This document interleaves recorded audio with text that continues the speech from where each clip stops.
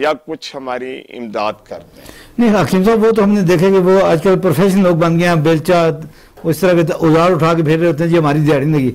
حالانکہ اگر ان کو کہا جائے کہ آؤ بیٹو میرے ساتھ میں کام بھی دیتا ہوں تو بھاگ جائیں گے. وہ بالکل نہیں جاتے, وہ پیشہ ور لوگ ہوتے ہیں.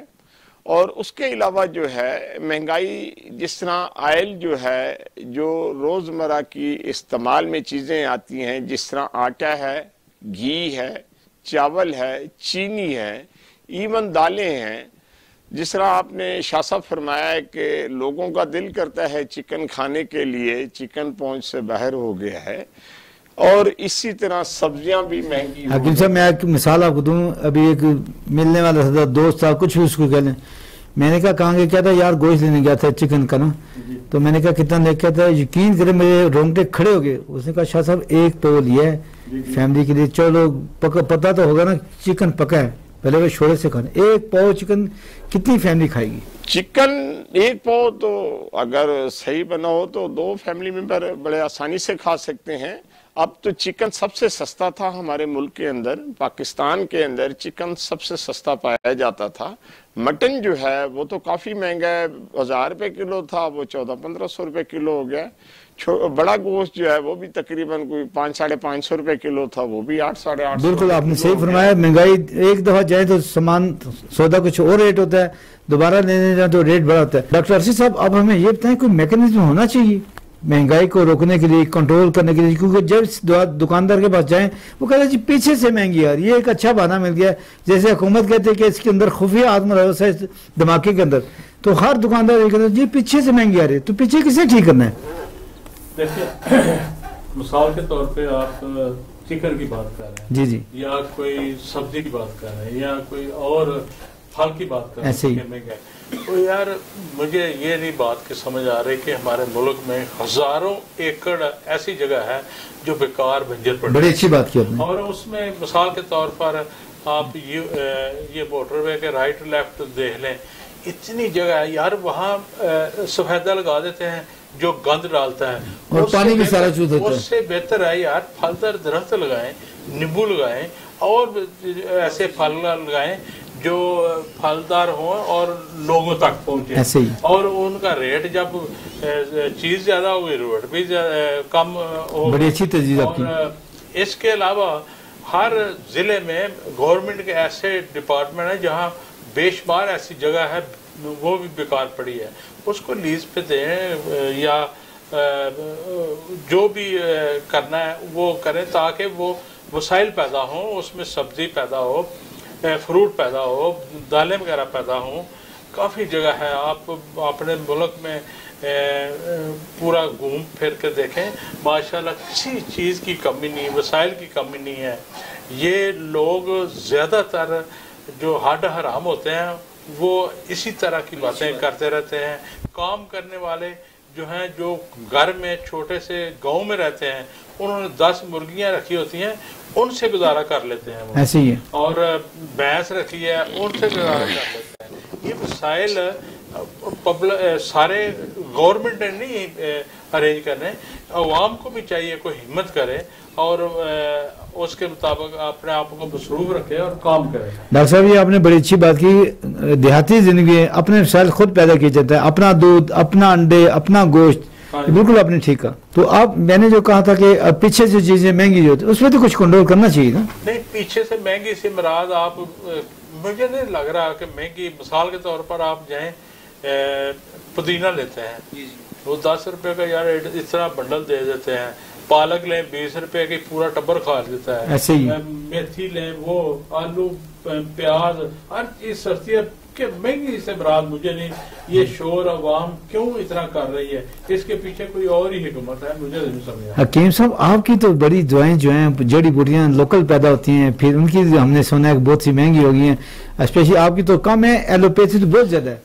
پھر وہی بات آ جائے گی. دیکھیں جس طرح دیکھیں میں بات کرنے لگا ہوں کہ جو ایلوپیتھی مثلا میں دعائیں استعمال کرتا ہوں, تو میں تو دوائی نہیں چھوڑ سکتا ہوں, شوگر کی, بلڈ پریشر کی, دل کی, تو مجھے تو لینی بھلے وہ مہنگی ہو بھلے سستی ہو, تو اس میں تو کچھ گورنمنٹ ریلیف دے نا. گورنمنٹ کو چاہیے کہ جو میڈیکل پہ جتنی ایلوپیتھک کی میڈیسن ہیں ان کو چاہیے, جو ہماری موجودہ اس وقت گورنمنٹ ہے ان کو چاہیے کہ وہ سبسڈی دے. یہ جو ٹیکسز ہیں اس کو تھوڑا گھٹایا جائے. ابھی سننے میں بات آئی تھی کہ بھی جتنے سرکاری ملازم جتنے بھی ہیں ملازمین اس پہ ایک تجویز آئی تھی کہ جی تسی ایدے ہوتے جرا ہے انہیں کو لو تسی ٹیکس جو ہے نا پر منتھ کا ٹیکس لیا جائے. تو صاحب ظاہر ہے ملازم پیشہ ور جتنے بھی تھے انہوں نے رولا ڈالا, انہوں نے کہا جی پہلے ہماری مہنگائی بہت زیادہ بڑھ گئی ہے, تنخواہیں بھی نہیں بڑھی, پینشن بھی نہیں بڑھی, پیچھے صاحب نہیں بڑھی, تنخواہ نہیں بڑھی, تو اوپر سے آپ ٹیکس لگا رہے ہیں, ٹیکس تو ہم نہیں دیں گے. لہٰذا اس بات کو انہوں نے پوسٹپون کر دیا ہے. جڑی بوٹی جو گاؤں کے اندر دیہی علاقے کے اندر پائی جاتی ہے یہ وہی بات آ جاتی ہے, جو لوگ محنت کش لوگ ہیں وہ محنت کریں گے تو پھل پائیں گے, اور جو لوگ مثلا 10 بندے کام کرتے تھے وہاں پر جو ہے نا ایک بندہ کام کر رہا ہے اپنی منمانی سے وہ جڑی بوٹی کے پیسے لے گا, مثلا 200 روپے کلو تھی وہ ایک ہی بندے کے پاس جو ہے وہ کہے گا جی میں نے تو 1000 روپے سے کم نہیں دینی, ڈیفینیٹلی اس چیز کا ریٹ بڑھے گا. اسی طرح جو ملک سے باہر ہم امپورٹ کرتے تھے اب وہ پہلے کچھ ایسی جڑی بوٹیاں ہیں جو افغانستان سے آتی تھی یا ایران سے آتی تھی, اب وہ انہوں نے بارڈر بالکل بند کر دیے. وہ جب بھی ہمارے ملک کے اندر جو بھی کوئی جڑی بوٹی آئے گی یا کوئی ڈرائی فروٹ آئے گا جتنی بھی یا کوئی کاسمیٹک کی چیز آئے گی وہ اس کے اوپر کسٹم لگ کر جب ہمارے پاس آئے گا تو ڈیفینیٹلی اس کے ریٹ بڑھیں گے اور مہنگائی بھی بڑھے گی. جس طرح پچھلے مہینے میں گھی کا ریٹ تھا 1400 روپے کا کارٹن, پھر نیا مہینہ آیا وہ 1500 کا, پھر ایک مہینہ اور چڑھا 1600. کم از کم گورنمنٹ کو حکیم صاحب کی یہ باتیں بڑی اچھی ہمیں لگتی ہیں کیونکہ حکیم صاحب کے پاس ہر چیز کا ریٹ موجود ہے. گھی کتنا مہنگا ہو گیا, چینی کتنی مہنگی ہو گئی, آٹا کتنا مہنگا, بہت اچھے. گورنمنٹ سے ہماری التماس ہے پلیز خدارا اس ملک کی جو عوام ہے 23 کروڑ کی عوام پہ تھوڑا رحم کریں اور پرائس کنٹرول کی جائے. جس سے بھی بات کریں وہ کہتے ہیں جی یہ اب پہلے اس کا یہ ریٹ تھا اب نیا ریٹ جو ہے اس کا 1600 کا ہے, لینا ہے ٹھیک, نہیں لینا تو آپ کی مرضی ہے. دیکھیں دکاندار بھی بیچارہ مجبور ہے, گاہک آتا ہے ایک چیز خریدنے کے لیے, جب دکاندار کے پاس نہیں ہوگی گاہک خالی جائے گا, دکاندار کو تکلیف ہوگی. جب دکاندار وہ چیز پرچیز کرے گا مہنگی ڈیفینیٹلی اس نے مہنگی دینی ہے.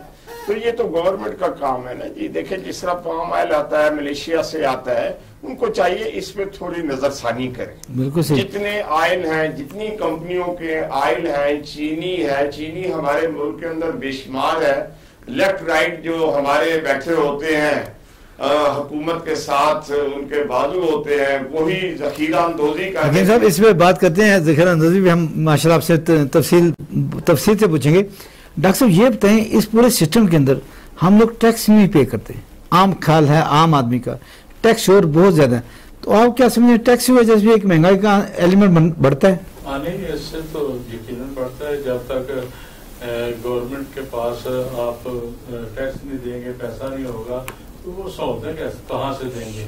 سہولتیں تو اس وقت ملتی ہیں جب ٹیکس گورنمنٹ کے پاس پیسہ جمع ہوگا تو پبلک کو اس کا ریلیف ملے گا. ایسے تو دیکھیں نا, آپ میڈیسن کی بات کر رہے تھے حکیم صاحب کے ساتھ. میڈیسن میں یہ دیکھیں انہوں نے صوبہ پنجاب اور خیبر میں انہوں نے ہیلتھ کارڈ ہر آدمی کو دیے ہیں, اور ایسا ایسا پنجاب میں بھی آ رہے ہیں, پنجاب میں دے دیا. اور اس کے بعد دیکھیں پورے پاکستان میں ہیلتھ کارڈ دے دیں گے. تو یہ ایک میرا خیال ہے جب سے پاکستان بڑھا ہے یہ پہلی دفعہ ایسے ہوا ہے, سہولتیں مل رہی ہیں, مگر ٹائم لگے گا ہر چیز کو. ہمیں تھوڑا سا برداشت کرنا ہوگا, اپنے اندر ایک احساس, یعنی گھبرانا نہیں ہے. نہیں, ظاہر گھبرائیں گے تو پھر کام نہیں چلے گا نا. ٹھیک ہے, گھبرانا نہیں چاہیے, حوصلہ رکھنا چاہیے, اور آنے والے وقت کو اچھی نظر سے دیکھیں, انشاءاللہ اللہ پاک بہتر کرے گا. حکیم صاحب لوگ یہ خیال کرتے ہیں, جیسے ڈاکٹر صاحب نے کہا, میں نے بھی کہا کہ ٹیکس پے کریں گے تو حکومت مضبوط ہوگی, حکومت بہتر ہوگی. لیکن عام آدمی کا خیال ہے کہ جب میں صبح اٹھتا ہوں تو میں بجلی کا بٹن آن کرتا ہوں تو ٹیکس شروع ہو جاتا ہے, میں اب باتھ روم میں جاتا ہوں پیسٹ لگاتا ہوں تو میرا ٹیکس شروع ہو جاتا ہے, میں کچن میں جاتا ہوں تو مارشل دے جاتا ہوں تو میرا ٹیکس شروع ہو جاتا ہے. آپ اس کے بارے میں کیا کہتے ہیں؟ ڈیفینیٹلی جو چیز آپ پرچیز کریں گے مارکیٹ سے اس کے اوپر سیل ٹیکس الگ لگتا ہے. ڈاکٹر صاحب سیل ٹیکس کی باتیں کرتے ہیں, لیکن ایک وقفے کا وقت ہوا جا رہا ہے, کہیں مت جائے گا, اسٹے ود اس. ویلکم ناظرین، تو ہمارے ساتھ اس وقت بڑی ہی معزز ایڈوکیٹ حسینہ انجم خان صاحب ہماری تیسری گیسٹ ہیں، جو کہ النساء چیریٹی ٹرسٹ کی چیئرمین ہیں. ان سے بھی بات کریں گے، لیکن سلسلہ ہم شروع کریں گے جہاں سے ٹوٹا تھا، یعنی حکیم ریاض احمد محمدی صاحب سے، کہ جہاں سے گفتگو ہوئی تھی وہیں سے سلسلہ جڑیں. تو حکیم صاحب، آپ ذخیرہ اندوزی کے حوالے سے بات کر رہے تھے.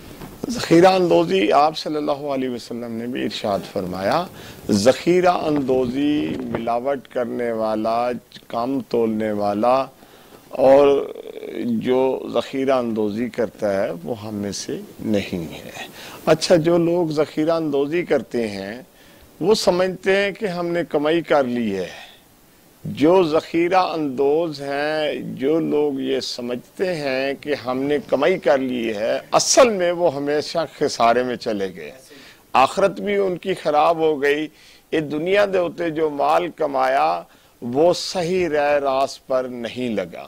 جو ذخیرہ اندوزی جس شخص نے کی، اس نے مال کمایا، نہ اس کے رزق میں برکت ڈلے گی، نہ اس کے ایمان میں برکت ڈلے گی، نہ اس کے جان میں، نہ اس کے دین میں. حکیم صاحب، جیسے کہ آپ نے یہ ساری باتیں کی، بڑی خوبصورت، بڑی تواتر سے باتیں کی، اگر برکت نہیں پڑتی ان لوگوں میں تو عوام کا رویہ کیوں ٹھیک نہیں ہوتا، تاجروں کا رویہ کیوں نہیں ٹھیک ہوتا؟ حسینہ، آپ بتائیں کہ مہنگائی کی وجہ کیا ہوتی ہے؟ کیا مین ایلیمنٹ ہوتا ہے جس کی وجہ سے مہنگائی بڑھتی ہے، اور مہنگائی کو کس طرح روکا جا سکتا ہے؟ مہنگائی بڑھنے کی بہت ساری وجوہات ہوتی ہیں. اس میں جو سب سے مین وجہ ہے وہ ہے پرائس کو کنٹرول نہ کرنا. صحیح، بالکل. کیونکہ جو اس کو پرائس کنٹرول کرنے کے لیے جو کمیٹیاں بنائی جاتی ہیں، اس پر جو ہے ان میں لوگ صحیح کام نہیں کرتے، توجہ نہیں دیتے، اور جہاں ذخیرہ اندوزی ہو رہی ہوتی ہے یا پرائس بڑھائی جا رہی ہوتی ہیں، وہاں چیک اینڈ بیلنس نہیں ہوتا، جس کی وجہ سے مہنگائی. لوگ تو ہمارے یہ کہتے ہیں کہ جب یہ پرائس کنٹرول کمیٹیاں بنتی ہیں تو کھانے کے اور بھی ذرائع بڑھ جاتے ہیں. بالکل، کیونکہ گورنمنٹ یہ کمیٹیاں بناتی اس لیے کیونکہ انہوں نے اپنے لوگوں کو ایڈجسٹ کرنا ہوتا ہے. کسی کو چیئرمین بنا دیا، کسی کو وائس چیئرمین بنا دیا، وہ خوش ہو جاتا ہے. بالکل، وہ ان کو خوش کر دیا جاتا ہے، لیکن وہ لوگ کام صحیح نہیں کرتے.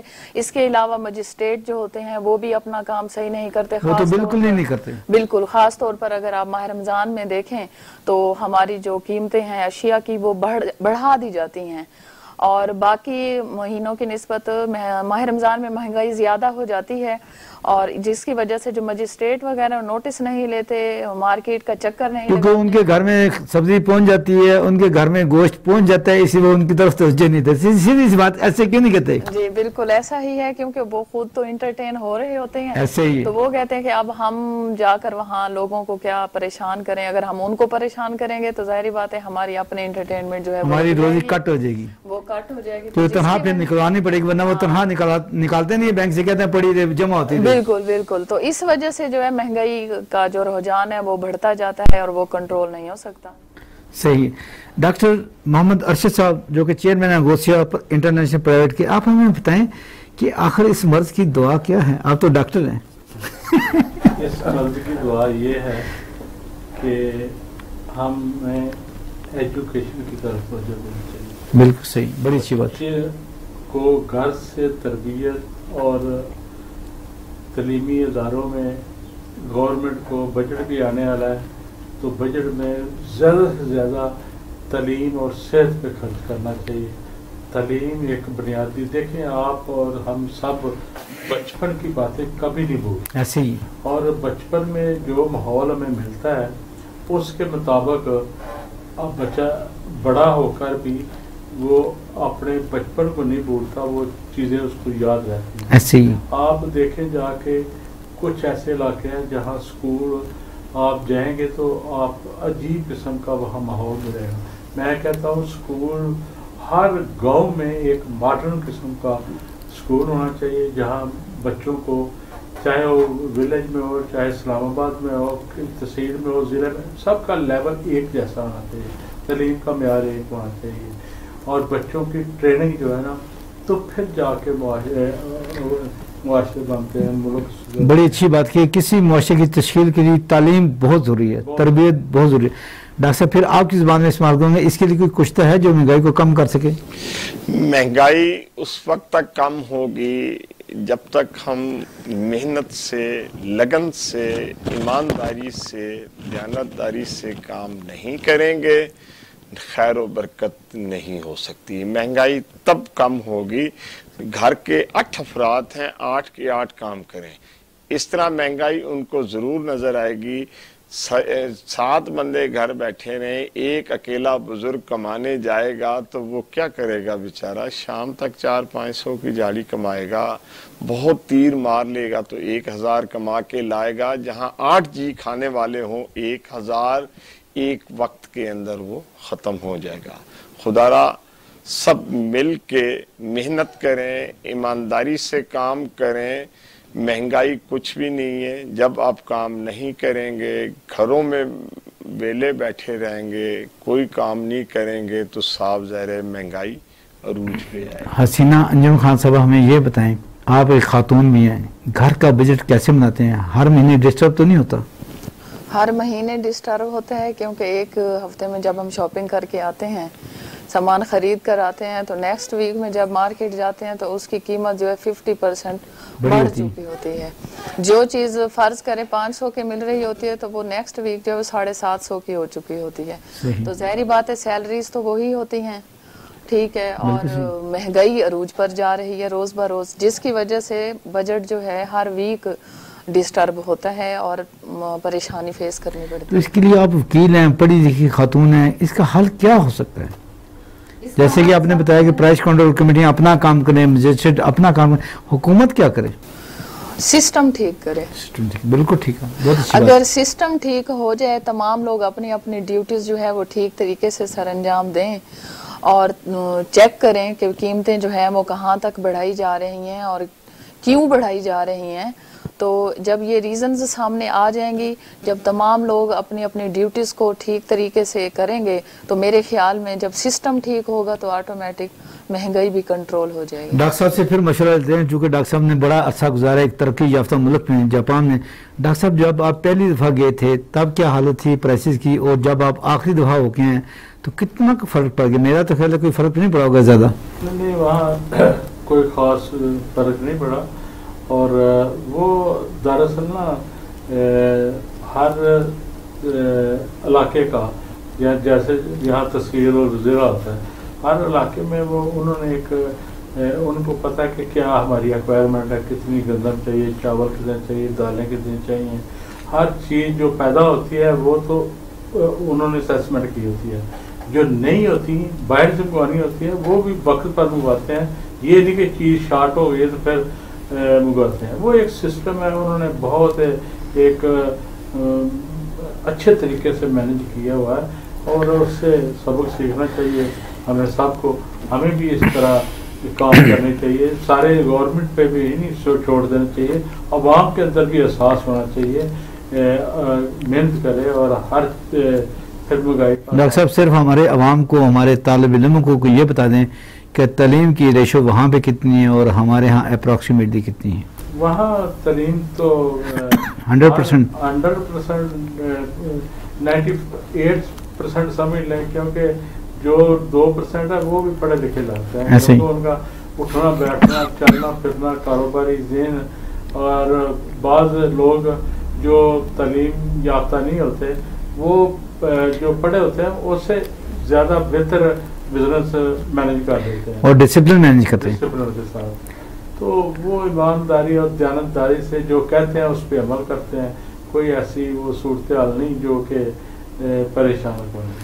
حکیم صاحب، جیسے ڈاکٹر صاحب نے شروع میں کہا تھا کہ اپنے وسائل خود پیدا کرنے کی صلاحیت بھی ہونی چاہیے، جیسے گاؤں کے لوگ اپنا گوشت خود انتظام کرتے ہیں، انڈے وہاں پہ ان کے اپنے ہوتے ہیں، گوشت اپنا ہوتا ہے، دودھ اپنا ہوتا ہے۔ اس بارے میں ہماری قوم کو کوئی رائے دیں، جیسے وزیر عمران نے بھی کہا کہ مرغیاں پالیں، کٹے پالیں، آپ کیا کہتے ہیں اس میں پازیٹیولی؟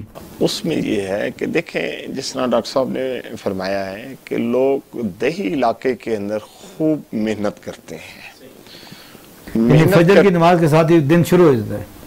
فجر کی نماز کے بعد جب دن شروع ہوتا ہے تو آپ محنت کریں، اللہ تعالیٰ کی ذات جو فجر کی نماز کے بعد جو رزق لکھ دیا جاتا ہے، جو لوگ فجر کی نماز پڑھتے ہیں، اللہ سے مانگتے ہیں، اللہ جل شانہ اس کا رزق ڈبل کر دیتے ہیں۔ بے شک لیکن انسان کو اس یقین کے ساتھ جانا چاہیے کہ اللہ کے سوا کوئی معبود نہیں، صرف اللہ نے ہی رزق دینا ہے۔ لوگ گاؤں کے اندر شہروں سے ہٹ کر جتنے بھی ہیں، جس طرح ڈاکٹر صاحب نے فرمایا کہ وہاں کو پھلدار درخت لگائے جائیں، ترقی زیادہ سے اپنی زیادہ فصل اپنے دانے، اپنی فصل خود اگائیں، پھر اس کو شہر کی طرف موو کریں تاکہ انکم میں بھی اضافہ ہوگا، لوگوں کے اندر خوشحالی بھی آئے گی، ایمانداری سے جو لوگ کام کریں گے گھر کے اندر رحمت کا نزول بھی آئے گا۔ قرآن الحکیم کی زیادہ سے زیادہ تلاوت کریں تاکہ رحمت اور برکت جب بھی پڑھتے ہیں جب اللہ کے نام سے آغاز کسی بھی کام کا کیا جائے، چونکہ ہم مسلمان ہیں تو بسم اللہ الرحمن الرحیم ہمارے پہلی کوشش ہوتی ہے، کاوش ہوتی ہے کہ کوئی بھی کام وہ شروع کیے۔ حسینہ انجم خان صاحب، آپ ایک چیئرمین ہیں النساء ٹرسٹ، چیریٹی ٹرسٹ کی، کیا سمجھتے ہیں چیریٹی کا ریٹ بڑھتا جا رہا ہے لینے والوں کا یا دینے والوں کو بڑھتا جا رہا ہے؟ چونکہ ہم دیکھتے ہیں کہ پاکستان 5 نمبر پہ جو چیریٹی کرتا ہے، تو آپ چونکہ لوگوں میں رہتے ہیں تو آپ کیا محسوس کرتے ہیں کہ لوگوں کے کیا اندر احساس غربت ہے؟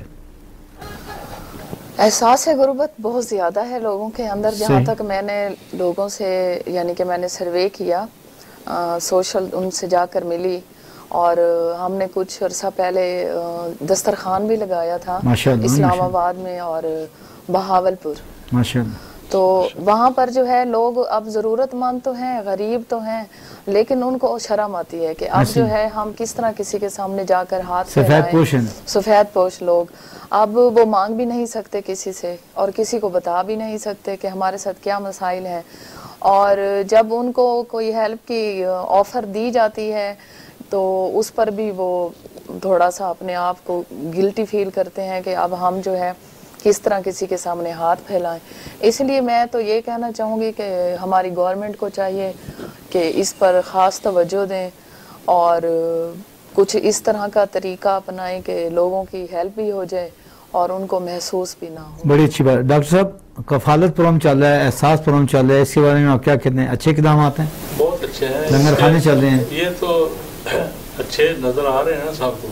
اس کے علاوہ ایسے اور بھی کام ہیں جو کہ ہر آدمی مطلب بات پہنچ رہی، اس کے اثرات آپ کو اسی سال میں انشاءاللہ نظر آئیں گے، اور ملک بہت اچھی سمت پہ جا رہا ہے، بہتر کی طرف جا رہا ہے، اور آنے والے وقت میں آپ کو بہت ہی خوشحالی اور اچھے رزلٹ ملیں گے، اور کسی چیز کی انشاءاللہ کمی نہیں ہوگی ماشاءاللہ۔ حکیم ریاض صاحب، 1 منٹ میں ایک پیغام دیں عوام کو، کیا کرنا چاہیے یا حکومت کو کیا کرنا چاہیے مہنگائی کے خاتمے کے لیے؟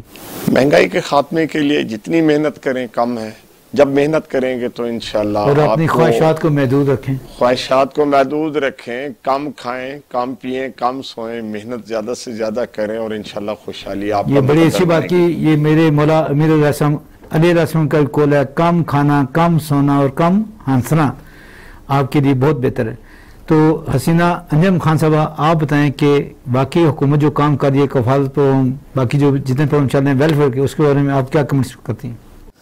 اس کے بارے میں میری ایک یعنی کہ پرسنل میرا ایکسپیرینس ہے جی بالکل، کہ وہاں یہ جو چیزیں ہاں لوگوں کو مل تو رہی ہیں، لیکن جو حقدار ہیں ان تک نہیں پہنچ رہی۔ ٹھیک ہے، میں نے ایسے لوگ دیکھے جن کو بالکل بھی ضرورت نہیں ہے، اچھے خاصے وہ کمانے والے لوگ ہیں، بس انہوں نے ایک میسج کیا ہوا ہے تو ان کو جی آئیں، آپ کے 12,000 منظور ہو گئے ہیں اور آپ آئیں اور لے جائیں، جبکہ ان کو ضرورت نہیں ہے۔ اور پھر میں نے ایسی فیملیز بھی دیکھی، اور بلکہ وہ مجھ سے ملی، انہوں نے کہا کہ جی ہم دیکھیں ضرورت مند ہیں، اور وہ سچ میں ضرورت مند تھے، لیکن ان کو میسج پہ رپلائی آیا کہ آپ کی تصدیق کی جا چکی ہے تو آپ نا اہل ہیں اس رقم کو وصول کرنے کے۔ یہ بہت بڑا پیغام ہے۔ اسی کے ساتھ اپنے میزبان سید آصف کو اجازت دیجیے، آئندہ نیکسٹ پروگرام میں اچھے گیسٹ کے ساتھ، اچھے خیالات کے ساتھ، اچھے تبصرے کے ساتھ آپ کے ساتھ حاضر ہیں۔ اللہ حافظ۔